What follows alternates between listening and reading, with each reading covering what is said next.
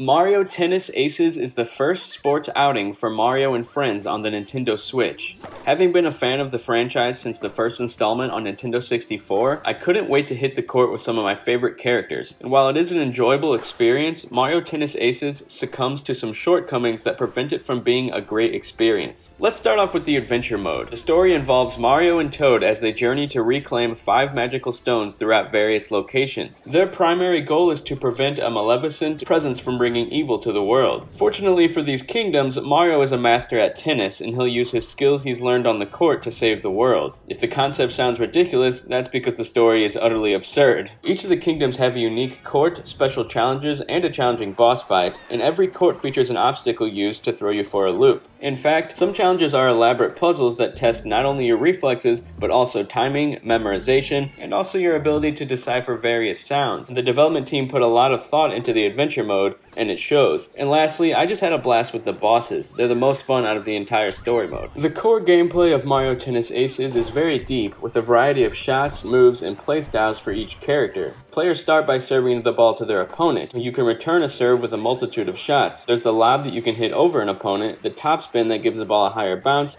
and the drop shot that places the ball close to the opponent's side of the net, and lastly the slice that doesn't provide a large bounce rate. And after the ball is hit back to you, a star may appear on your side of the court. While under the star, you can execute a star shot that allows you to aim your shot on any part of the court. When the energy meter is at maximum, you can choose to diminish all of your power for a strong attack, and that will cause massive damage on your opponent. While trying to score is important, there are also defensive moves at your disposal. When tennis balls are coming your way, you can spend energy by holding down R to slow down time to reach the ball. Lastly, you can also use the right stick to execute a leap shot to try to return a ball from across the field. This maneuver is often tricky, but the execution is rewarding. While the game is fun, something that bothers me is the difficulty. In adventure mode, there's a set difficulty level. While some stages are challenging, none of them feel impossible by any stretch. In tournament mode, there are 3 championship cups that feature moderately challenging opponents, but the only place to change your difficulty level is in free play. While it's cool to have customizable options, I would prefer if those choices were in all the modes.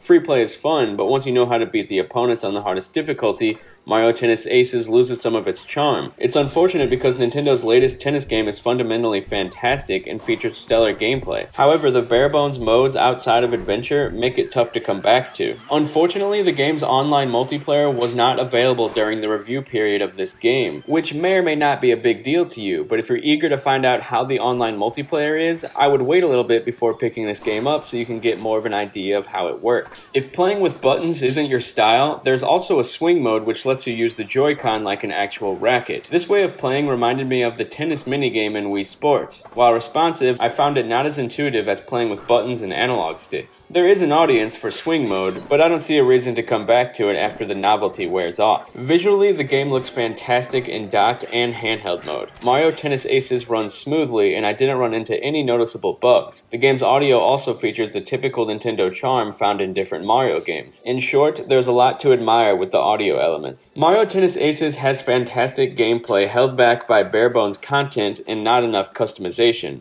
While the adventure mode is entertaining and full of unique challenges, the other modes are quite dull. The tournament can be completed rather quickly, and the AI opponents are not fun to play against. Mario Tennis Aces is a game that will survive by the community. Multiplayer is definitely the highlight, local multiplayer specifically, and I can definitely see it being a huge party game for years to come.